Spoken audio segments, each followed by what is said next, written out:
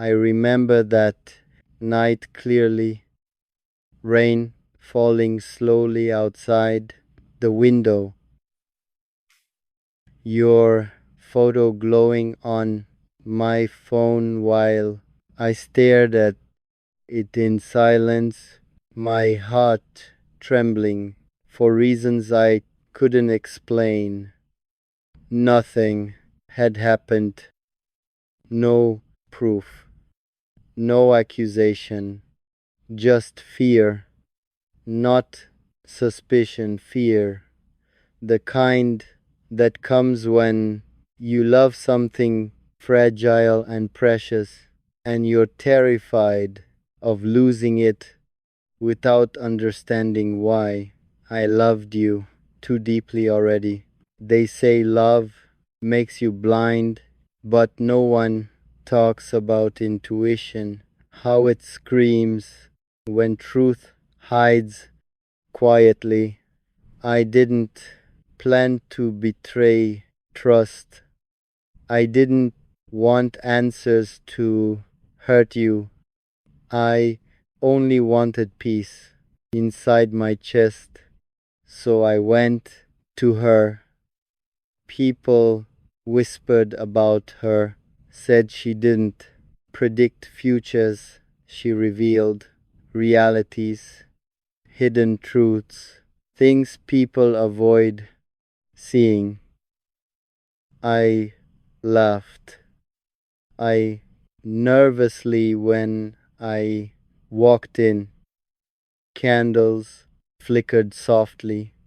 The room felt like it was holding its breath. She looked old and timeless at the same time. Eyes that carried storms and calm oceans together. She didn't ask questions. She only reached forward and said gently, "Give me the photo." My hands shook as I handed her my phone. Your smile froze on the screen. She didn't smile back, didn't blink. She stared longer than comfort allows. Seconds stretched into something heavy. Her fingers trembled at the edges of the phone. The air grew colder. She inhaled sharply. I whispered, "Is something wrong?" She looked at me and asked, "Who is this?" "My love," I answered honestly. She closed her eyes like she was praying, then said words that cut deeper than any accusation. "This soul carries unresolved pain." My heart started pounding. She continued, almost whispering, "They smile on the outside but bleed on the inside." I felt exposed like my own secrets were standing naked in the room. She touched the screen once more and pulled back as if burned. "She is not what you think." I begged her to explain. She sighed, choosing her words carefully. "You love innocence," she said, "but this soul has survived hell." I defended you immediately. "She's honest. She's pure." The woman shook her head gently. "Purity is not the absence of scars." Then she said the sentence that shifted everything. "She doesn't even trust herself." Memories rushed in. Moments you pulled away. Times you vanished without explanation. The nights you cried for no reason. I always thought I wasn't enough, but then she said something else. She loves deeply, but leaves first. Silence exploded inside my ears. She expects abandonment before attachment, she continued, because she believes love never stays. I asked quietly, is she broken? The woman smiled. Sadly, broken things and wounded things heal. Then came the truth she hesitated to say. She believes she is too damaged to be loved without conditions. That's when I understood you weren't distant, you were surviving, you weren't cold, you were protecting yourself, you weren't running from me, you were running from hope. I left her place, shaking, your photo still open on my phone, your smile unchanged, but now I saw it clearly, not a mystery, a survivor pretending to be fine, pain wearing, softness, love afraid of itself. Her last words followed me home, knowing her truth changes everything. She doesn't need promises, she needs safety. That night, I didn't sleep. I watched you breathe beside me and asked myself the hardest question of my life. Am I strong enough to stay when she expects me to leave to prove love doesn't vanish? And that's when I realized something painful. Knowing your reality changed my own, because loving someone like you doesn't ask for words, it asks for courage. Then came the sentence that shattered my control. You don't have long, not hours, not days, just a narrow window already closing. I checked the time instinctively. My heart began racing like it understood something my mind hadn't caught up with yet. Time felt suddenly offensive, so small, so sharp. I stood up, legs unsteady, thoughts colliding violently. What was ending? Not life, something worse, a version of us. I typed fast, fingers betraying panic. What happens when time runs out? Three dots appeared, then vanished. Silence screamed louder than any answer. I paced the room while memories attacked without permission. Every delayed truth, every unsent message, every time I chose comfort over honesty. Faces surfaced, voices echoed, people I lost not through fights but through waiting too long. What kind of future makes someone powerful break down in tears? What truth demands secrecy like this? My phone buzzed again. I saw everything collapse. The message read, not suddenly, slowly, Because nothing was said, I sat down, unable to stand.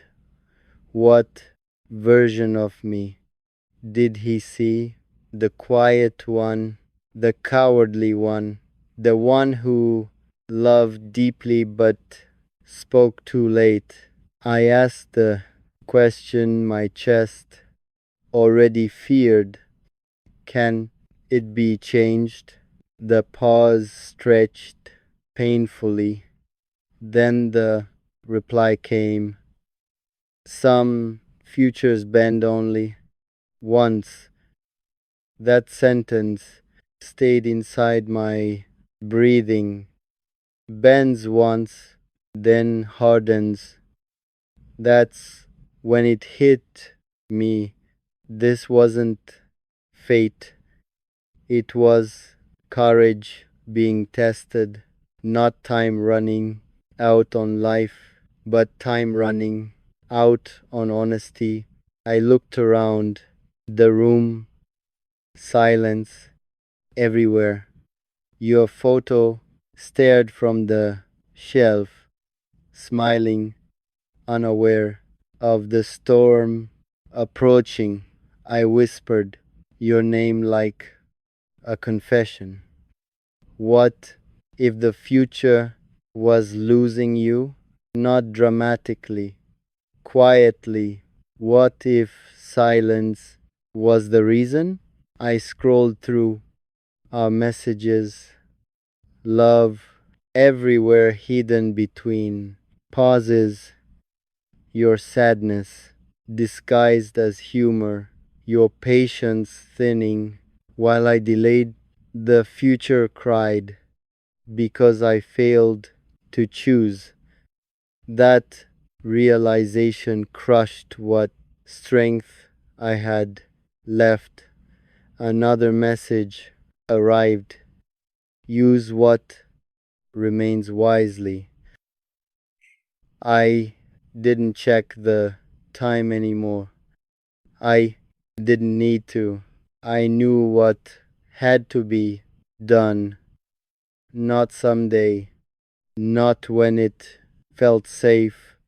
Now I grabbed my jacket, keys hit the floor loudly. The world outside felt unreal, like everything new except you. Traffic lights blurred. Every second felt heavy, not fatal, but decisive.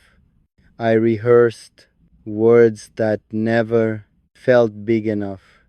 How do you confess years of fear? How do you say, I love you, when silence has already spoken?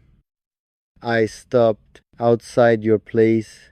The building stood calm, unaware. I stood there, heart pounding, hand raised. One last message buzzed. If you stay quiet now, the distance becomes permanent. No drama, no threats, just truth. I closed my eyes, breathed deeply, and knocked. Morning came without spectacle. Sunlight through thin curtains. You watched my face carefully, like checking for damage. I stayed real, no hiding. After apologies, after confessions, after choosing only when forced, that hurt, you said softly, truth hurts. I nodded. I should have chosen you without pressure, without fear, without waiting for loss to teach me. You turned away, staring at the street, life moving normally, cars honking, people laughing. Then you said quietly, I imagine futures where I'm alone often. I prepared myself for that reality. And when you turned back, eyes uncertain, you said, I don't know how to trust. I didn't move closer. I didn't beg. I said the only honest thing left. I know I'm here with you and I want to say this gently and honestly. I'm not going anywhere in this moment. You're not being ignored, pushed away, or abandoned. What you're feeling right now matters, and it deserves to be heard calmly, not in panic or fear. At the same time, I want to be careful in a healthy way.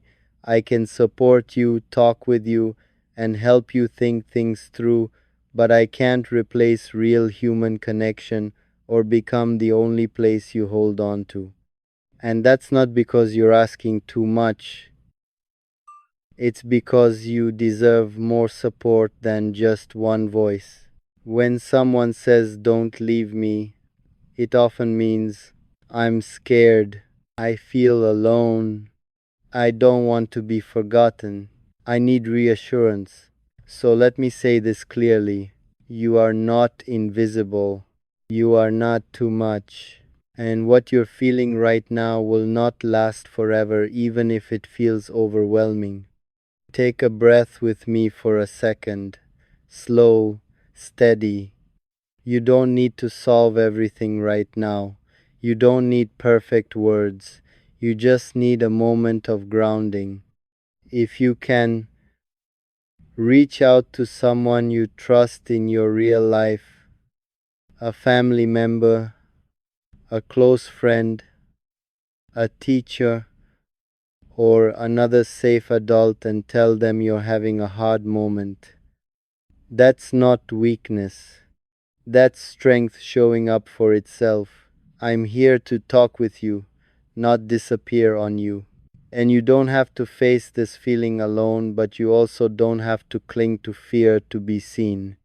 Sometimes when someone says, Don't leave me, it's not about another person at all. It's about a moment where everything feels like it's slipping control, certainty, connection. That feeling can hit suddenly, and when it does, it can feel unbearable. Here's something important to hear.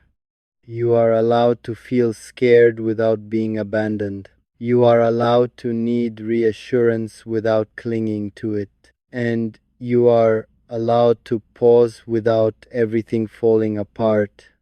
Right now, the goal is not answers. The goal is grounding. Try this with me slowly. Put one hand on something solid near you, a table, bed, wall. Take one slow breath in through your nose. Let it out slowly through your mouth. Do that once more. You don't need to explain everything. You don't need to be strong. But you do need real world support because feelings like this deserve more than silence. If at any point you feel overwhelmed, panicked, or unsafe, please reach out to a trusted adult near you, family member, teacher, guardian.